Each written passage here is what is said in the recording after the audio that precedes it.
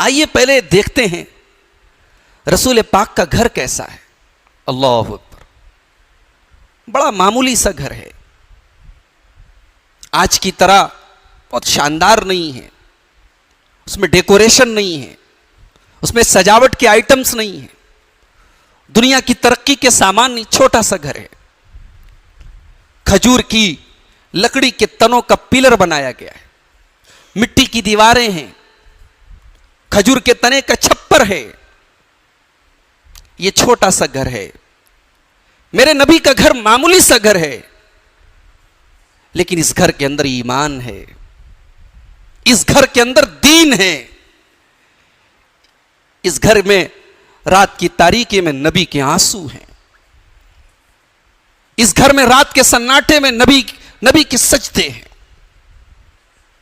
इस घर में जिब्रील आते हैं, इस घर में कुरान नाजिल होता है, इस घर में हदीस पढ़ी जाती है, हदीस सुनाई जाती है। तो यह घर छोटा है, लेकिन ईमान से आबाद है, अमल से आबाद है। अब आइए अपने रसूल के घर में चलते हैं। यह नबी का घर है। नबी के घर में कोई तस्वीर नहीं मिलेगी आपको, इसलिए कि नबी का फरमान है, ला तदखुलुल मलाइकतु बैतन फीही कल्बुन वला सूरा। जिस घर में कुत्ते हों और जिस घर में तस्वीरें हों, उस घर में अल्लाह के फरिश्ते नहीं आते। नबी का घर आपको तस्वीरों से पाक मिलेगा। अम्मा आयशा फरमाती हैं, एक मर्तबा मैंने अपने घर की दहलीज पर एक पर्दा लटकाया, पर्दे में तस्वीरें बनी हुई थी, डिजाइन बने हुए थे। अल्लाह के प्यारे नबी सल्लल्लाहु अलैहि वसल्लम आए और यह पर्दा देखते ही आपका चेहरा गुस्से से लाल हो गया। आपने उस पर्दे को फाड़ दिया और कहा कि ऐ आयशा, तुम्हें पता नहीं है कि इस किस्म की तस्वीरें जिस घर में होती हैं, उस घर में अल्लाह की रहमत के फरिश्ते नहीं आते। तो नबी के घर में तस्वीरें नहीं है। नबी के घर में है क्या? एक मामूली सा बिस्तर है, चंद जरूरत के बर्तन हैं, जरूरत के सामान हैं। हजरत अनस इब्न मालिक एक मर्तबा एक लकड़ी का प्याला दिखा रहे थे साहबा को, ताबईन को। अबू दाऊद की तिर्मिजी की रिवायत। एक लकड़ी का प्याला दिखाया, मोटा लकड़ी का प्याला था।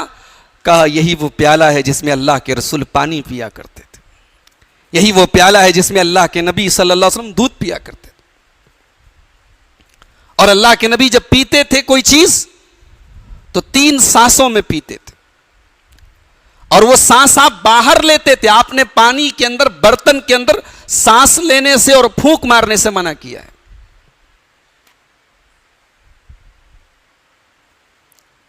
तो ये अल्लाह के रसूल का बर्तन था। बिस्तर कैसा था?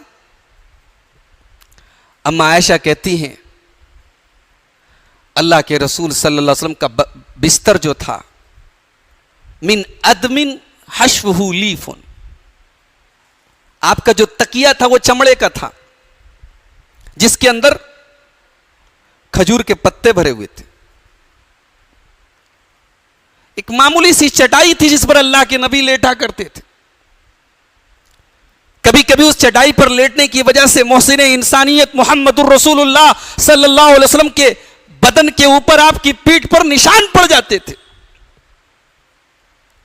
सहाबे किराम ने एक मर्तबा अर्ज किया, या रसूल अल्लाह लवी तखजना लका विसादतन, अय अल्लाह के नबी, आप तो तमाम इंसानों के सरदार हैं, सारे नबियों के सरदार हैं।